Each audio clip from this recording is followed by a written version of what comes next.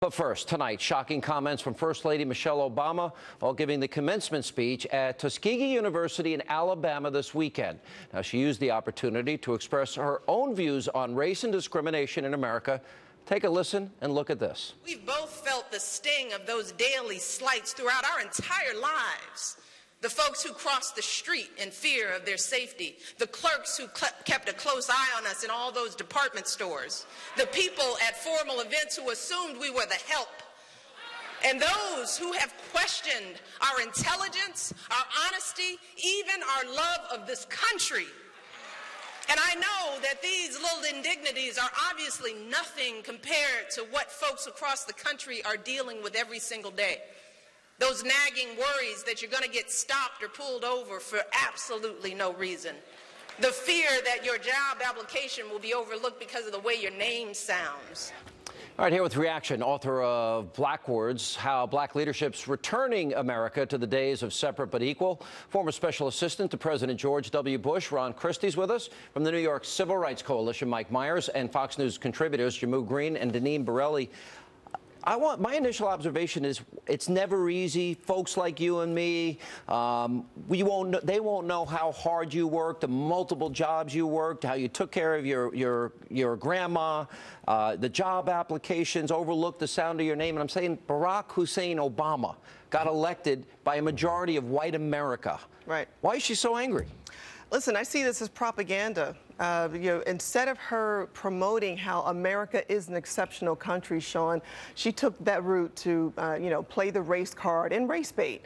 And clearly, they could tell a great story of how Obama and Michelle, President Obama and Michelle, got from Chicago through their Ivy League education, their Ivy League schools, to the White House. Talk about how if I can do it, you can do it as well. That was missing from the speech. Yeah. The people that look at you and you cross the street and clerks that keep a close eye on you. I mean, it was every single solitary argument that you could... Which racial ideologue do you know that's not angry? I mean, she sounded like Hillary Clinton in that racial dialect. I feel the pain. She sounds very much like her husband, who was I, me, and always focused on race. These are race people. These are race ideologues. Her husband's now doing this with all these incidents involving the police. He's been rushing to judgment, and he's been wrong most of the time. Is it because their legacy is in jeopardy because he's accumulating more debt than every president before him combined? 93 million Americans out of the workforce, millions more in poverty and on food stamps. I am victim is so tired, and it is so tiresome and tired. Here. I heard that. I think some folks need to clean their ears out, because what she actually did, she was frank, she was candid, and she gave a conservative speech. She actually took a slight hit at feminists by saying her most important job is mom-in-chief, regardless of what some would say an Ivy League educated lawyer should be doing. And Obama is the father-in-chief, right? She said, if you feel brought down, if you feel that people are against you, if you think you're going to be treated negatively, guess what? Get over it. You cannot use that as an excuse. No, that's not what I heard. Hopeless. That's not the speech I heard. That's not the clips that you just played, No, Sean. but I have more clips. I have the entire, but I've seen the entire speech. She said, keep on going. She said, be American. Come on, y'all. That's what she said. Let's bring you into this. What's your take on it, Ron? Well, you know, Sean, as one who's a direct descendant of slaves, and we still have the slave plantation in our family to this day, I look at this and say, this is a great country. This is the First Lady of the United States. Her message should have been uplifting. She was at Tuskegee University, which has so much history in the African-American community, and it was a negative, it was a poor me speech, and I thought, what world is she living in? She just sounded so angry and so defiant when she had so much to be so helpful about, let me go back, to be optimistic about. Because she's the First Lady of the United States of America, and all I heard was a lot of bitterness here. And remember, go back to when she said a couple of times on the campaign trail the following. For the first time in my adult lifetime, I'm really proud of my country. And not just because Barack has done well, but because I think people are hungry for change. And think about saying that and then juxtapose that to the speech this weekend. Is she proud of the country she's describing here? The road ahead is not going to be easy. It never is, especially for folks like you and me. Because while we've come so far, the truth is that those age-old problems are stubborn. and they haven't fully gone away. And all of that is going to be a heavy burden to carry. It can feel isolating. It can make you feel like your life somehow doesn't matter, that you're like the invisible man that Tuskegee grad Ralph Ellison wrote about all those years ago. And as we've seen over the past few years, those feelings are real. They're rooted in decades of structural challenges that have made too many folks feel frustrated and invisible. And those feelings are playing out in communities like Baltimore and Ferguson and so many others across this country. I want to break this down when she says, you know, the road's not going to be easy, especially for folks like you and me. I don't know anyone that has it easy in life in any way. Life's difficult for everybody.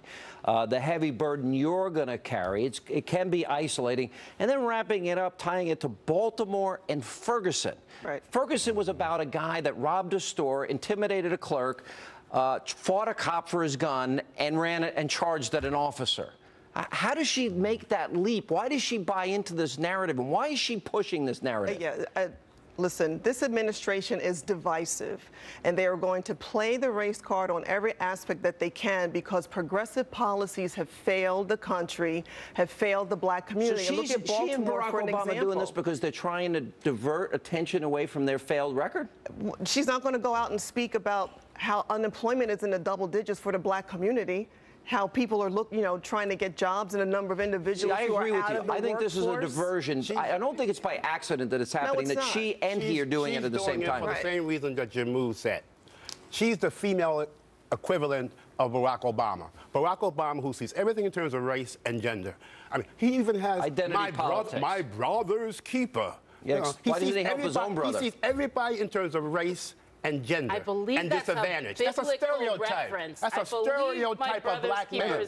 But he has his own brother but he has his own brother who he's never helped. Trayvon is his brother too. No, Trayvon's his son. Look, he's never helped his own brother, Jamu. The number of times the word I've offered to give money to his own brother for him. Bitter has been used in this panel to describe this woman when she inspired those young people. I'd say ask the students that she talked to, did they leave inspired?